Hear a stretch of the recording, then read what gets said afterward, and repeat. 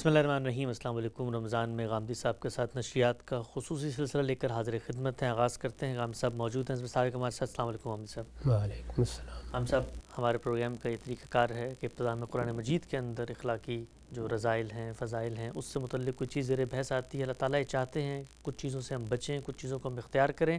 وہ کیا ہیں؟ آیات کا براہ راست مطالعہ کر کے اور تفسیر کو پڑھ کر جاننے کی کوشش کرتے ہیں۔ پھر احادیث بھی زیر بحث آتی ہیں۔ آغاز کرتے ہیں اس مسابق قرآن سے۔ سب سے پہلا آج جس موضوع کا انتخاب کیا ہے وہ ہے نیکی کے کاموں میں تعاون۔ قرآن مجید کی سورہ مائدہ میں ارشاد فرمایا ہے، نہیں، ہر حال میں حدود الہی کے پابند رہو اور نیکی اور تقوی کے کاموں میں تعاون کرو، مگر حق تلفی اور زیادتی میں تعاون نہ کرو، اور اللہ سے ڈرتے رہو، اس لیے کہ اللہ سخت سزا دینے والا ہے۔ اس کی تفسیر میں لکھا گیا ہے کہ یعنی جس گروہ کو اللہ نے دنیا میں نیکی اور تقوی قائم کرنے کے لیے پیدا کیا ہے، اس کے لیے پسندیدہ روش یہ نہیں ہے کہ وہ دوسروں کی زیادتیوں سے مشتعل ہو کر خود اسی طرح کی زیادتیاں کرنے لگے۔ وہ ایسا کرے تو اس کے معنی یہ ہوئے کہ اس نے گناہ اور زیادتی کے کام میں تعاون کیا، اور شریروں نے برائی کی جو نیو جمائی اس پر اس نے چند ردے رکھ دیے، حالانکہ اس کا کام نیکی اور تقوی میں تعاون کرنے کا تھا۔ ہم سب ایک تو ہے نیکی جو انسان کرتا ہے، اس کو ارادہ اختیار دیا ہے، شعور دیا ہے، ہمت حوصلہ دیا ہے، خود فیصلہ کرتا ہے، لیکن بسا اوقات ہم یہ دیکھتے ہیں کہ دنیا کے اندر کام ہو رہے ہوتے ہیں، بلا واسطہ طور پر کوئی نیکی کر رہا ہے، کوئی برائی کر رہا ہے۔ دین ہم سے تقاضا کرتا ہے کہ آپ نے اگر خود کوئی کام نہیں کیا تو آپ اس میں شریک بھی نہ ہوں۔ اسی طرح سے کوئی اگر نیکی کا کام کر رہا ہے تو آپ کو اگر لگتا ہے آپ کی استطاعت ہے تو اپنے دائرہ اختیار میں آپ اس کا ساتھ دیں۔ یہ ذمہ داری انسان پہ کیوں ڈالی گئی ہے؟ اس لیے کہ انسان ایک معاشرے میں پیدا ہوا ہے، وہ تنہا تو نہیں پیدا ہوا۔ کسی جنگل میں پیدا ہوتا، وہیں نشو و نما پاتا اور دنیا سے رخصت ہو جاتا تو اس پر معاشرے کے بارے میں کوئی ذمہ داری نہ ہوتی۔ جب اس کو اللہ تعالیٰ نے خاندان میں پیدا کیا ہے، اعزاء اقربا میں پیدا کیا ہے، اس کو اپنی معیشت کے لیے لوگوں کے ساتھ معاملات کرنے ہوتے ہیں، اس کو ایک ریاست کا نظام بنانا ہوتا ہے، تو اس میں ضروری ہے کہ اخلاقی اصولوں پر ایک دوسرے کے ساتھ تعامل ہو۔ اس تعامل میں اگر نیکی اور خیر کے کاموں میں ہم ایک دوسرے کا ہاتھ نہیں بٹائیں گے تو وہ کام سوسائٹی کی سطح پر، معاشرے کی سطح پر یا عالمی سطح پر کس طرح ہوں گے؟ اور اگر ہم برائی کے کاموں کے معاون بن کر کھڑے ہو جائیں گے تو پھر کیا چوروں سے، ڈاکوؤں سے، قاتلوں سے، بدکاری کرنے والوں سے تعاون کریں گے؟ اگر ایسا کریں گے تو دنیا میں فساد پیدا ہو جائے گا۔ اس دنیا میں میرے آپ کے جینے کا ایک ہی راستہ ہے، اور وہ یہ کہ ہم خیر کے علمبردار بار، ہم دوسروں کو معروف کی تلقین کرنے والے ہوں، ہم لوگوں کو منکر سے روکنے والے ہوں۔ چنانچہ ہمارے پورے دین میں تو ہماری تہذیبی روایت کے بنیادی عناصر میں اس چیز کو شامل کیا گیا ہے کہ ہم امر بالمعروف کریں گے، نہی عن المنکر کریں گے۔ یہ امر بالمعروف اور نہی عن المنکر کی فرع ہے کہ اگر کوئی دوسرا آدمی نیکی کا کام کر رہا ہے اور ہم اس کے ساتھ ہاتھ بٹا سکتے ہیں تو ہاتھ بٹانے کے لیے آگے بڑھیں۔ اگر کوئی برائی کا کام کر رہا ہے تو اپنی استطاعت کے مطابق برائی کو روکنے کی کوشش کریں۔ بعض موقعوں پر وہ زبان سے روکی جاتی ہے۔ اگر ہمارا کوئی دائرہ اختیار ہوتا ہے تو وہاں ہم اپنا وہ اختیار بھی استعمال کرتے ہیں، جس طرح ریاست اپنے دائرے میں پولیس کے ذریعے سے اپنا اختیار استعمال کرتی ہے۔ قوموں کے درمیان بھی اگر کوئی فساد پیدا ہو جائے وہاں بھی بعض اوقات طاقت استعمال کرنا پڑ جاتی ہے، لیکن یہ بات کہ دنیا میں برائی کو نہیں پنپنا چاہیے اور نیکی اور خیر ہی کو نشو و نما پانی چاہیے، اس پر تو پوری انسانیت کا اجماع ہے۔ دنیا کا نظم اصل میں امر بالمعروف اور نہی عن المنکر پر قائم ہے۔ حکومتیں اسی اصول پر کام کر رہی ہیں، عدالتیں اسی چیز کو لے کر کھڑی ہیں، اور جو عالمی نظم بنائے جاتے ہیں جیسے کہ اس وقت اقوام متحدہ کی صورت میں بنا ہے، وہ بھی اگر آپ غور کریں تو اسی اصول پر بنا ہے۔ یہ ایک الگ بحث ہے کہ عدالت کی سطح پر کہاں بے انصافی ہو جاتی ہے، عالمی نظم میں کہاں بے انصافیاں ہو جاتی ہیں۔ عملی لحاظ سے تو انسان کبھی مثالی صورت نہیں پیدا کرتا، لیکن یہ اصولی حیثیت سے مان لیا گیا ہے کہ ہمیں خیر کا علمبردار بن کے رہنا ہے، خیر خود پیدا کرنا ہے، خیر کے کاموں میں تعاون کرنا ہے اور ہاتھ بٹانا ہے۔ نقطہ بالکل واضح ہو گیا۔ اچھا ہم صاحب، اس میں دائرہ اختیار کی بحث کتنی اہم ہے؟ اس لیے کہ ہم یہ دیکھتے ہیں بسا اوقات لوگ اسی نیکی خیر کے جذبے سے کچھ ایسے اقدامات کر دیتے ہیں جس سے سوسائٹی کے اندر فساد برپا ہو جاتا ہے۔ مثلا مجھے لگتا ہے کہ ایک کام ٹھیک نہیں ہو رہا اور مجھے لگتا ہے کہ یہ برائی ہے، میں نے اس کا حصہ نہیں بن رہا، یا میں نے کسی چیز کو نیکی سمجھا ہے اور خود سے میں نکل کھڑا ہوا ہوں، دائرہ اختیار خود پوری کی پوری جو دین کی ہدایت ہے اس میں کیا اہمیت رکھتا ہے؟ بڑی بنیادی اہمیت رکھتا ہے. کوئی شخص بھی قوت استعمال نہیں کر سکتا یا طاقت کے ذریعے سے کسی چیز کو نہیں روک سکتا جب تک اس کا دائرہ اختیار متعین نہ ہو.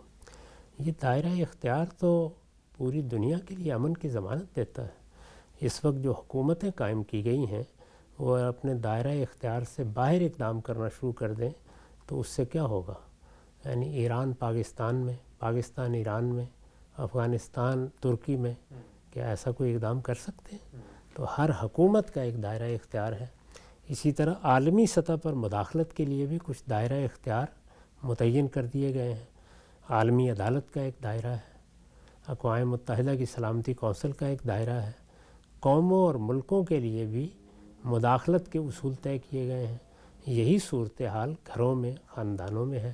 تو دائرہ اختیار کا معاملہ تو ایک ایسا عقلی مسلمہ ہے جس کی اگر خلاف ورزی کی جائے گی تو پھر صرف اختلال ہے، فساد ہے، انارکی ہے. دائرہ اختیار ہی میں طاقت استعمال کی جاتی ہے. جہاں آپ کا دائرہ اختیار نہیں ہے وہاں آپ صرف تلقین کرتے ہیں، نصیحت کرتے ہیں، توجہ دلاتے ہیں. اسی لیے یہ بحث کرنا پڑ جاتی ہے کہ حکومتوں کا دائرہ اختیار کیا ہے. تو حکومتوں کے دائرہ اختیار کو بھی متعین کیا گیا ہے کہ وہ شخصی معاملات تک نہیں پہنچتا. اس کا تعلق بھی حق تلفی کے معاملات سے ہے یا جان مال آبرو کے خلاف زیادتی کو روکنے کے لیے ہے. باقی جتنے امور ہیں ان میں حکومتیں بھی، حکمران بھی، وہ بھی زیادہ سے زیادہ تلقین، نصیحت، تربیت اور تعلیم کے طریقے اختیار کرتے ہیں. اور اسی مقصد کے لیے ہمارے دین میں مسجد کا منبر حکمرانوں کے ساتھ خاص کیا گیا ہے تاکہ وہ اپنی یہ ذمہ داری انجام دے سکیں. یہ ایک نہایت عمدہ تقسیم ہے جو اس مقصد سے کی گئی ہے کہ دنیا میں کوئی فساد پیدا نہ ہو. جب آپ پولیس کا محکمہ بھی بناتے ہیں تو پہلے یہ طے کرتے ہیں کہ کون سی چیزیں قابل دست اندازی پولیس ہیں اور کون سی نہیں ہیں. کہاں پولیس کو بھی آگے جا کے بات کرنی ہے، سمجھانا ہے، معاملہ ٹھیک کرنے ہیں، اور کہاں وہ قانون کو استعمال کر سکتی ہے. ٹھیک. اچھا صاحب یہ بیان فرمائیے گا، دو مثالیں اطلاقی آپ کے سامنے رکھتا ہوں جس میں عام طور پہ کہا جاتا ہے کہ دیکھیں دین نے منع کیا ہے تعاون الاسم سے، گناہوں میں، حق تلفی کے کاموں میں تعاون کرنے سے. مثلا ایک یہ امکان پیش کیا جاتا ہے کہ آپ ایسے لوگوں کا انتخاب کرتے ہیں دنیا بھر میں جو حکومت میں آنے کے بعد زیادتی کرتے ہیں، تو گویا اب آپ کے انتخاب کے نتیجے میں وہ چونکہ حکومت میں آئے تو آپ بھی اس گناہ میں شریک ہو گئے. اس پہ کیا فرمائیں گے؟ جہاں تک انتخاب کا تعلق ہے اس کی کچھ ذمہ داریاں ہیں جو ہر شخص کو سمجھنی چاہیے. ہم جب اپنے لیڈروں کا، رہنماؤں کا انتخاب کر رہے ہوتے ہیں تو اس میں دو چیزیں بالکل واضح ہیں. ایک تو وہ معیار بالکل واضح ہے جس پر انتخاب کرنا چاہیے. اگر کوئی لیڈر، کوئی رہنما، کوئی عالم، کوئی دانشور اپنے شعبے سے متعلق ضابطہ اخلاق کی پیروی نہیں کرتا تو کسی مسلمان کو اس کا انتخاب نہیں کرنا چاہیے. ضابطہ اخلاق کی پیروی لازم ہے، ناگزیر ہے. ایک چیز یہ ہے کہ میری انفرادی زندگی میں مجھ سے کوئی غلطی ہو جاتی ہے، وہ ایک بالکل الگ چیز ہے. لیکن مجھے سیاسی عمل میں شامل ہونا ہے، مجھے علمی دعوت دینی ہے، مجھے لوگوں کو دین بتانا ہے، مجھے لوگوں کو کسی فلسفے کی تعلیم دینی ہے. میں کوئی ڈاکٹر ہوں، انجینئر ہوں، تو ہر شعبے کی ایک پروفیشنل ایتھکس ہوتی ہے. اسی کو اس شعبے کا ضابطہ اخلاق کہا جاتا ہے. اگر کوئی سیاستدان اس کی خلاف ورزی کرتا ہے، مثال کے طور پر لوگوں سے جھوٹ بولتا ہے، ان کو فریب دیتا ہے، اپنے مخالفین پر جھوٹے الزامات لگاتا ہے، تحقیق کے بغیر باتیں کرتا ہے، سوسائٹی میں انتشار پیدا کرتا ہے، قانون شکنی کی دعوت دیتا ہے یا خود قانون توڑتا ہے، تو یہ ضابطہ اخلاق کی خلاف ورزی ہے. اس طرح کے لوگوں کا تو نام بھی نہیں لینا چاہیے کہ ان کو اپنا رہنما بنایا جائے. دوسری چیز یہ ہے کہ اہلیت ہے یا نہیں. یہ اہلیت پہلے مرحلے میں تو حسن ظن کی بنیاد پر ہوتی ہے. ہم کسی شخص کا مطالعہ کرتے ہیں، دیکھتے ہیں، اور پھر ایک حسن ظن ہوتا ہے کہ یہ کام کر لے گا. اگر وہ 2 سال 4 سال کے لیے کسی مقامی حکومت میں، کسی صوبے میں، کسی ریاست میں حکمران بن چکا ہے تو پھر اس کی کارکردگی سے معلوم ہو جاتا ہے کہ اہلیت رکھتا ہے یا نہیں. اور تیسرا یہ کہ وہ سوسائٹی میں کیا چیز لانا چاہتا ہے، اس کا ویژن کیا ہے. تو یہ تو وہ معیار ہے 3 نکات پر مبنی جو ہر حال میں دیکھنا چاہیے. اب اس میں ایک عملی پہلو یہ ہے کہ جو لوگ میسر ہوتے ہیں، ظاہر ہے کہ میں آپ سب اپنے اپنے شعبے کا انتخاب کر چکے ہوتے ہیں، یہ ضروری نہیں کہ ہم سیاست میں ضرور جائیں. تو جو لوگ سیاسی یا مذہبی یا کسی اور نوعیت کی قیادت کے لیے اپنے آپ کو پیش کرتے ہیں، ان کے معاملے میں پھر یہ دیکھنا پڑتا ہے کہ ان میں نسبتاً بہتر کون سے لوگ ہیں۔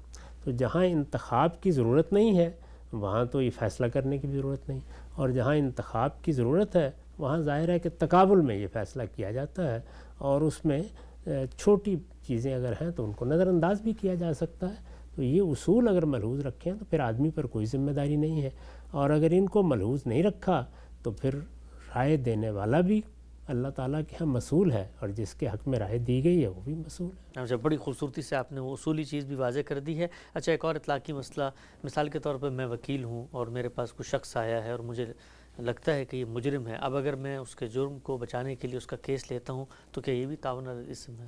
اس کے بھی دو درجے ہیں۔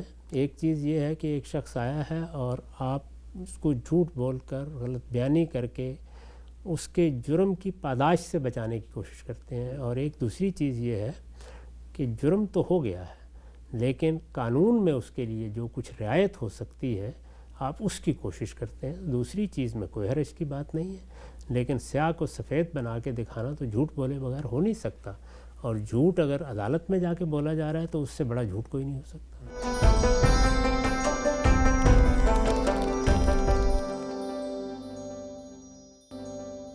قرآن مجید کا حصہ زیر بحث آیا، پروگرام کو آگے بڑھاتے ہیں، روایات کا مطالعہ کرتے ہیں۔ ابو امامہ رضی اللہ عنہ کی روایت ہے کہ رسول اللہ صلی اللہ علیہ وسلم نے فرمایا، اس شخص کے لیے سواد جنت میں گھر کی ضمانت دیتا ہوں جو جھگڑا چھوڑ دے اگرچہ حق پر ہو، اور اس شخص کے لیے وسط جنت میں گھر کی ضمانت دیتا ہوں جو جھوٹ نہ بولے اگرچہ ہنسی مذاق سے ہو، اور اس شخص کے لیے فردوس بری میں گھر کی ضمانت دیتا ہوں جو اپنے اخلاق اچھے بنا لے۔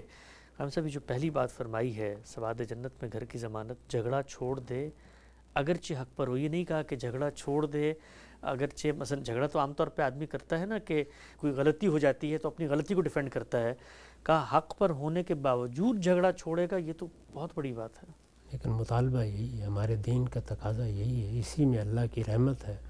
دنیا میں انسان جب اپنے حق کو چھوڑ کر کھڑا ہو جاتا ہے تو پھر اللہ اس کا حق دلواتا ہے، اللہ کی رحمت اس پہ سایہ کرتی ہے، اللہ کے پیغمبر نے اس کے لیے جو بشارتیں دی ہیں ان کا مستحق ہو جاتا ہے۔ تو ہمارے دین میں یہی چیز بتائی گئی ہے۔ دنیا میں کبھی کسی جھگڑے کا فیصلہ نہیں کیا جا سکتا۔ جھگڑے جب ہوتے ہیں تو اس میں نفسانیت کار فرما ہوتی ہے، جذبات کار فرما ہوتے ہیں، لوگ اپنے اپنے طریقے سے چیزوں کی تعبیر کر رہے ہوتے ہیں، اس میں آپ عدالتیں بھی لگا کر بیٹھ جائیں تو آخر میں خواب و خائب و خاسر ہو کے آدمی اٹھتا ہے۔ ہمیں بھی بارہا اس کا تجربہ زندگی میں ہوا ہے کہ کسی چیز کی تنقید کرنے کے لیے بیٹھے ہیں تو بجائے تنقید ہونے کے اور زیادہ رسوائی ہو گئی ہے۔ اس میں وہی بات صحیح ہے جو اللہ کے پیغمبر نے بتائی ہے کہ آپ محبت کے ساتھ، شائستگی اور تہذیب کے ساتھ اپنا موقف پیش کریں۔ کسی بات کے بارے میں اگر کوئی الجھن ہے تو آپ اس کو دور کرنے کی صحیح کریں، اپنی بات آپ دلیل سے بیان کر دیں۔ اگر یہ معلوم ہو کہ دوسرا جدال پر اترا ہوا ہے، زیادتی پر اترا ہوا ہے، وہ الزامات لگانے سے باز نہیں آتا، تو یہ پھر جھگڑا ہے۔ جھگڑے میں آدمی کا کام یہی ہے کہ وہ خاموش ہو جائے، اور یہی بات رسالت مآب صلی اللہ علیہ وسلم نے تعلیم دی ہے۔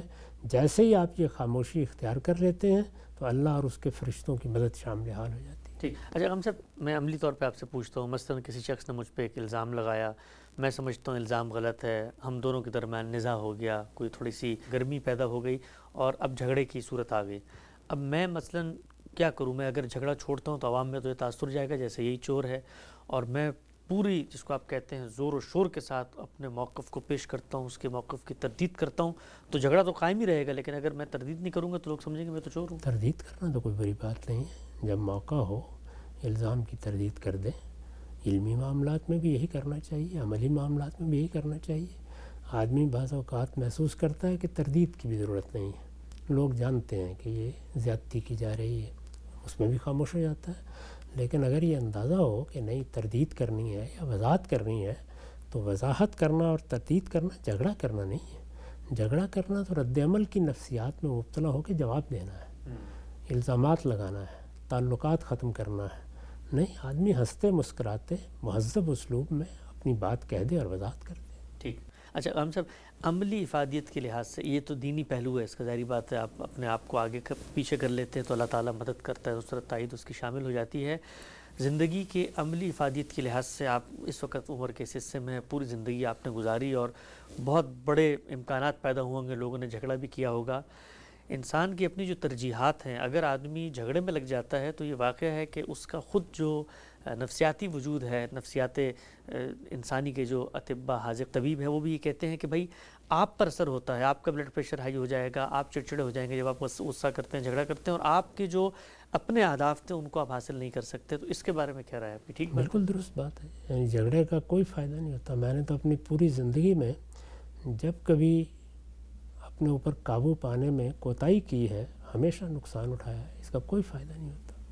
یعنی صحیح اصول وہی ہے کہ اپنی بات کہیں، پورے اعتماد کے ساتھ کہیں. اگر کوئی غلط بات کہی جا رہی ہے تو اس کی تردید کرنا موضوع ہے تو تردید کر دیں. اگر کسی نے کوئی وضاحت طلب کی ہے تو وضاحت پیش کر دیں. اس کے بعد آپ نہ صرف یہ کہ خاموش ہو جائیں اور دوسروں کے لیے اللہ تعالیٰ سے دعا کریں. اس کے نتیجے میں آپ کی اپنی سلامتی طبع قائم رہتی ہے، آپ کی صحت پر برا اثر نہیں پڑتا، آپ کا اخلاقی وجود محکم رہتا ہے اور آپ کے لیے راستے اللہ تعالیٰ پیدا کرتا رہتا ہے. رد عمل کی نفسیات میں ہم گفتگو کریں، مناظرہ بازی پر اتر آئیں، دوسرے پر الزامات لگائیں، جدال کی صورت پیدا کر دیں، تو یہ تو اپنے آپ کو برباد کر لینا ہے. یہ اصل میں خودکشی ہے. یہ اخلاق کی خودکشی پر منتج ہوتا ہے. اس کے سوا کوئی چیز حاصل نہیں ہوتی. وہ تینوں چیزیں پیش نظر رکھنی چاہیے جو اللہ تعالیٰ نے آخری عبادت میں فرمائی ہے. ولا رفث ولا فسوق ولا جدال بالحج. یعنی جس طرح ہمیں اپنی آنکھوں کی حفاظت کرنی ہے عام حالات میں بھی، یہ صرف کوئی حج کا معاملہ ہی تو نہیں ہے. ہاتھوں کی حفاظت کرنی ہے، خلوت کی حفاظت کرنی ہے، شرمگاہوں کی حفاظت کرنی ہے. اسی طریقے سے ہمیں اپنے نفس کے ان داعیات کی بھی حفاظت کرنی ہے جن میں شیطان اکساہٹ پیدا کرتا ہے. قرآن مجید نے اس کو نزغ سے تعبیر کیا ہے. جس وقت دعوت دی جا رہی ہوتی ہے، کوئی نیکی کا کام کیا جا رہا ہوتا ہے، لوگ رکاوٹیں ڈالتے ہیں. وہ اپنے ہوں یا بیگانے آپ کے مقابلے میں کھڑے ہو جاتے ہیں، آپ پر الزامات لگاتے ہیں. اس میں پھر شیطان اکساہٹ پیدا کرتا ہے کہ تم بھی ان کے ساتھ یہ اور یہ کر سکتے ہو. تو ایسے موقعوں پر اللہ تعالیٰ سے پناہ مانگنی چاہیے اور فوراً خاموش ہو جانا چاہیے. ٹھیک. اچھا ہم صاحب، ایک اور چیز اس روایت میں بیان ہوئی، وہ یہ کہ اس شخص کے لیے جنت کی ضمانت ہے جو جھوٹ نہ بولے اگرچہ ہنسی مذاق میں. اب ہنسی مذاق کے اندر تو سامنے والے کو بھی پتہ ہوتا ہے کہ ایک بات اگر ہو رہی ہے ایک تفریح کے ماحول میں تو اس میں سچائی اور جھوٹی بات کا کوئی فرق نہیں کیا جاتا، لیکن یہ تو روایت میں بڑی سخت پابندی عائد کی گئی. اصل میں یہ سد ذریعہ کی چیز ہے. یعنی جھوٹ بولنے کی عادت پڑ جائے تو پھر انسان صرف ہنسی مذاق کے موقعوں پر نہیں بلکہ سنجیدہ مواقع پر بھی جھوٹ بولتا ہے. انسان اس معاملے میں جتنا اپنے آپ کو محفوظ رکھ سکے اتنا ہی بہتر ہے. وہ جھوٹ جس پر مواخذہ ہو جائے گا وہ تو دھوکے دینے والا ہی ہے. یعنی جب آپ کسی کو فریب دینا چاہتے ہیں، کوئی مقصد حاصل کرنا چاہتے ہیں، اپنے لیے کوئی جذباتی مقصد ہی حاصل کرنے کے لیے جھوٹ بولتے ہیں، تو یہ چیز تو اللہ کے ہاں مصول ٹھہرا دے گی. لیکن ہنسی مذاق میں بھی اگر آدمی احتیاط کرے گا تو اس طرح کے شخص سے پھر یہ توقع نہیں کی جا سکتی کہ وہ کسی سنجیدہ موقع پر جھوٹ بولے گا یا دھوکہ دے گا لوگوں کو. ٹھیک. ہم نے بھی 3 درجات بیان کیے. ایک اس کو فرمایا کہ جنت کے اوپر کے حصے میں وسط جنت فردوس بری، اور تو یہ درجہ بندی جو ہے یہ جنت کے اندر بھی درجہ بندی ہوگی. تو عقل تو یہ کہتی ہے، اللہ تعالیٰ نے کہا ہے کہ بھئی لا خوف علیہم ولا ہم یحزنون، نہ کوئی پچھتاوا ہوگا نہ اندیشہ ہوگا مستقبل کا. تو وہاں پر بھی اگر درجہ بندی ہوگی تو پھر تو جنت میں جا کر بھی وہ ساری جس کو کہتے ہیں جذبات قائم رہیں گے کہ بھئی کاش میں اوپر چلا جاؤں، نیچے والے کو دیکھ رہا ہوگا. تو وہاں تو یہ سب ختم ہو جانا چاہیے. وہ پہلے مرحلے میں ختم ہو جائیں گے، اس لیے کہ وہ جد و جہد کی جگہ نہیں ہے. پہلے مرحلے میں تو ہر انسان کو یہ محسوس ہوگا کہ کاش میں نے مزید کوشش کر لی ہوتی، میں نے اور 2 درجات حاصل کر لیے ہوتے. پہلے مرحلے میں تو جب محشر میں اعمال نامے پکڑائے جائیں تو یہی ہوگا. لیکن خدا کی جنت اتنی وسیع ہے، اس میں اللہ کی اتنی نعمتیں ہیں کہ جیسے ہی انسان کو وہ مل جائے گی تو اس کے اندر ایک قناعت پیدا ہوگی کہ جتنی میں نے محنت کی تھی اس کے لحاظ سے مجھے جگہ مل گئی. اللہ کا کرم ہے، میں عذاب سے بچ گیا ہوں اور یہاں اللہ کی رحمت کے سائے میں آ گیا ہوں.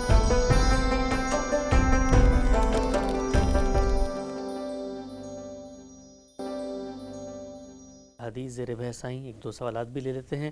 ہم سب یہ سوال پوچھا ہے کہ انسان میں روح موجود ہے تو جانوروں میں بھی تو ہے، تو اگر انسان کی روح اس کے جسم کے ساتھ ختم نہیں ہوتی تو پھر جانوروں کی بھی نہیں ہونی چاہیے، اور اگر جانوروں کی روح ان کے جسم کے ساتھ ختم ہو جاتی ہے تو پھر انسان کی بھی ہو جانی چاہیے. روح کیا چیز ہے؟ اس کے کئی درجات ہیں. روح تو اصل میں قرآن مجید میں اس طریقے کے لیے استعمال ہوا ہے جس سے اللہ تعالیٰ جان دیتے ہیں، زندگی دیتے ہیں، شعور دیتے ہیں. تو اب شعور کی سطح کی چیز اگر دی گئی ہے تو وہ انسانوں کے ساتھ خاص ہے، فرشتوں کے ساتھ ہے، جنات کے ساتھ ہے.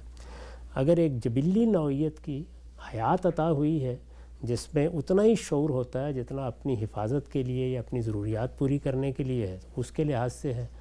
یہ سب کچھ کہاں جاتا ہے اس کے معاملے میں اللہ تعالیٰ نے جتنی خبر ہمیں دی ہے اس تک ہم محدود ہیں، کیونکہ یہ ہمارے دائرے کی چیز نہیں ہے. انسانوں کے بارے میں بتا دیا گیا ہے کہ ان کی شخصیت کو محفوظ کر لیا جاتا ہے، وہ قیامت میں اٹھائے جائیں گے. جنات کے بارے میں بھی بتا دیا گیا ہے. فرشتوں کے بارے میں یہ معلوم ہے کہ وہ ہیں ہی سراپا روح، تو اس لیے وہاں تو کوئی دوسرا سوال ہی پیدا نہیں ہوتا. باقی رہ گئے جانور، تو ان سے متعلق ہمیں کچھ معلوم نہیں ہے کہ اللہ تعالیٰ ان کے ساتھ کیا معاملہ کرنے والا ہے. ہو سکتا ہے کہ ان سب کو بھی اٹھا کھڑا کیا جائے اور وہ جنت میں اسی طریقے سے لوگوں کے لیے نظر نوازی کا سامان پیدا کریں. اللہ تعالیٰ آخر جنت کو ان خوبصورتیوں سے خالی تو نہیں کر لے گا. جگہ سے جب کہا جاتا ہے دنیا کے اندر ظاہری بات ہے چھوٹی عمر میں بچے فوت ہو جاتے ہیں، وہ جنت میں اسی صورت میں چلے جائیں گے، تو یہ بھی عین ممکن ہے اگر میرا کوئی پیٹ ہے، میرا کوئی پالتو جانور ہے، مجھے اس سے محبت ہے، میں اللہ سے تقاضا کروں تو وہی اللہ مجھے جنت میں دے دے. وہ تو اصول بتا دیا گیا نا کہ جنت میں جو انسان چاہے گا وہ اس کو مل جائے گا. وَلَكُمْ فِيهَا مَا تَشْتَهِي أَنفُسُكُمْ. تو جنت کی اصل تعبیر یہ ہے. اس میں اگر فہرست ایک لوگوں کے ہاتھ میں پکڑا دی جاتی تو پھر تو وہ محدود ہو جاتی. اللہ تعالیٰ نے تو لامحدود خبر دے دی ہے، جو چاہو گے تمہیں مل جائے گا وہاں. ٹھیک، یہ سوال ہے ہم سے بڑا دلچسپ. کہتے ہیں کہ ریاست اگر فرد کو زبردستی روزہ نہیں رکھوا سکتی، زبردستی روزہ رکھوانا غلط ہے، تو اس سے زبردستی سگریٹ پینے سے روکنا بھی تو غلط ہونا چاہیے. وہ چیزیں جو لوگوں کی حق تلفی کا باعث بنتی ہیں، لوگوں کے لیے آزار کا باعث بنتی ہیں، ان سے ریاست کو روکنے کا حق ہے. ریاست کا دائرہ اختیار دو ہی چیزیں ہیں. میرا کوئی عمل دوسروں کی حق تلفی کا باعث بن رہا ہے یا ان کی جان مال آبرو کے خلاف زیادتی کا باعث بن رہا ہے. یہ جو کچھ بھی تمباکو نوشی ہے اس کے بارے میں دنیا میں اس پر کم و بیش اجماع ہو چکا ہے کہ یہ دوسروں کے لیے نقصان دہ ہے. یہ میرا کوئی شخصی معاملہ نہیں رہتا. میں جب دھواں بکھیرتا ہوں تو اگر میں کسی جگہ بیٹھا ہوا ہوں، کسی کے ساتھ کام کر رہا ہوں، تو دنیا کو آزار پہنچا رہا ہوں. دنیا کو آزار سے بچانے کے لیے ریاست کو مداخلت کا حق حاصل ہے. ٹھیک، آخری سوال آج کی نشست کا یہ کہتے ہیں کہ ہم نے آپ کی زبانی سنا، قرآن مجید کے موضوع کے حوالے سے آپ فرماتے ہیں کہ پیغمبر کی سرگزشت انذار ہے، یعنی وہ دعوت کے مراحل جو پیغمبر کو اپنی قوم کے دوران پیش آئے اس کا ایک ردات قرآن مجید میں ثبت کر دی گئی. وہ کہتے ہیں سمجھنے سے میں قاصر اس لیے قرآن مجید تو اپنے آپ کو ہر جگہ ہدی للمتقین کہتا ہے، ہدایت ہے انسانوں کے لیے، پھر اس کو نبی صلی اللہ علیہ وسلم کی سرگزشت انذار کیوں کر کہا جا سکتا ہے؟ ہدایت تو وہ اپنے کانٹینٹ کے لحاظ سے، یعنی اس میں کیا چیز بیان ہوئی ہے وہ اللہ کی ہدایت ہے. وہ کس طرح بیان ہوئی ہے وہ انذار کے اسلوب میں بیان ہوئی ہے. ایک نقطہ بالکل واضح ہو گیا. رمضان کے اندر غامدی صاحب کے ساتھ نشستوں کا خصوصی سلسلہ جاری ہے. وقت یہاں پہ ختم ہوتا ہے. کل دوبارہ اسی وقت حاضر خدمت ہوں گے. اب تک آپ کا بہت شکریہ.